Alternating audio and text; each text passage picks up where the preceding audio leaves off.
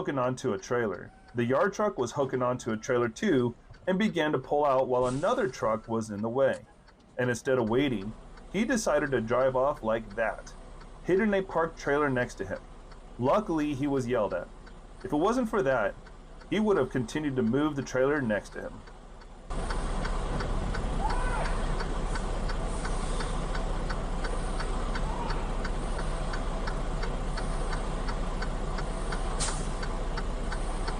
In the highway, he did not decide which lane he wanted to drive in and caused a conflict situation.